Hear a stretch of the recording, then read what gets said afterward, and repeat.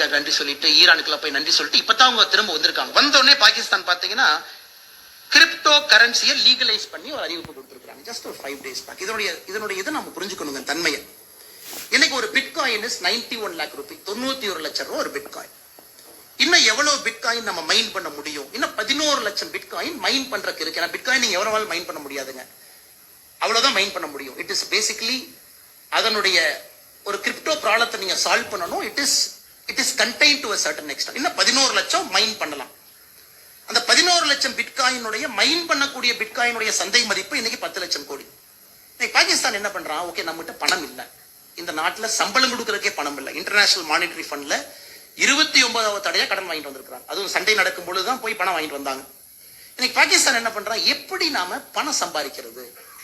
இப்ப ஆப்கானிஸ்தான் என்ன பண்ணாங்கன்னா, நம்மளால பணம் சம்பாதிக்க முடியல, கேட்டு கஞ்சா வித்தாங்க. கொஞ்ச நாள் பாத்தீங்கன்னா அது தாலிபான் வந்து ஒரு டிபார்ட்மெண்ட்டே வச்சிருந்தாங்க ஹெரோயின் சேலுக்கு.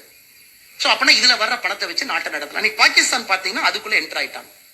அந்த கிரிப்டோ சீஃப் பிலால் பின் சாதிக் சாஹிப்னு ஒருத்தர் வந்து பேட்டி கொடுக்குறாங்க. இன்னைக்கு ரஷ்யா கஜாகிஸ்தானுக்கு அப்புறம் 3வது அபிஷியல் நாடா பாகிஸ்தான் வந்து பிட்காயின் மைனிங்கை லீகலைஸ் பண்ணியிருக்காங்க. அவர் என்ன சொல்றாருன்னா, நாங்க 2 lakh பிட்காயினை மைன் பண்ண போறோம். அப்ப நம்ம மிச்சம் இருக்கக்கூடிய 11 லட்சம் பிட்காயின்ல 2 லட்சம் பாகிஸ்தான் மைன் பண்ண போறாங்க. அந்த 2 lakh பிட்காயினை மைன் பண்றதுக்கு 2000 மெகாவாட் கரண்ட் வேணும். Bitcoin is electricity expense. Current வேணும். கரண்ட் இருந்தா தான் நீங்க மைன் பண்ண முடியும், கம்ப்யூட்டர் ஓடணும். இன்னைக்கு 2 லட்சம் பிட்காயின் மல்டிப்ளைட் பை 91 lakhs போடும். ஏன்னா இன்னைக்கு பல இடத்துல நம்ம பாக்குறோம், குறிப்பாக நம்முடைய ஃபெடரல் ஃபினான்ஷியல் இன்டெலிஜென்ஸ் யூனிட் இந்த பிட்காயினை இப்பவே பாகிஸ்தான் வந்து terrorist financing, fueling sexist activity, cyber crime, narcotics, அப்படின்னா பாகிஸ்தான் வார்ஃபேர் அடுத்த லெவலுக்கு கொண்டு போறோம். ஓகே, நான் பிட்காயின் மைனிங் லீகலைஸ் பண்ண போறேன், 2 லட்சம் பிட்காயின் நான் லீகலைஸ் பண்ண போறேன், நான் அதன் மூலமாக எதை வேண்டுமானாலும் செய்ய. It's a rogue nation. So நம்ம கெப்பாசிட்டி அடுத்தடுத்த ஸ்டெப் நம்ம போயிட்டே இருக்கணும். ஆபரேஷன் சிந்தூர் முடிஞ்சது, நம்ம எல்லாம் பெட்டி படுக்கை எடுத்து வச்சுட்டு கிளம்பிடலாம், ஆர்மிக்கு நன்றி சொல்லிட்டு எல்லாம் அவங்கவுங்க பேஸுக்கு போயிட்டு டாட்டா காட்டிட்டு போயிடலாம். நோ, இன்னைக்கு we have to go one step up. Okay, அவன் இந்த லெவலுக்கு போறான், நாம என்ன பண்ணலாம்? அடுத்து பாகிஸ்தான் பாத்தீங்கன்னா இன்னைக்கு டிரான்ஸ்நேஷனல் ஆக்டர்ஸ் இவ்வளவு பேர் இருக்கான். எந்த நாட்டுல யாரு பேச்சையும் கேட்காம அவ்வளவு டெரரிஸ்ட் ஃபோர்ஸ் இருக்கான்.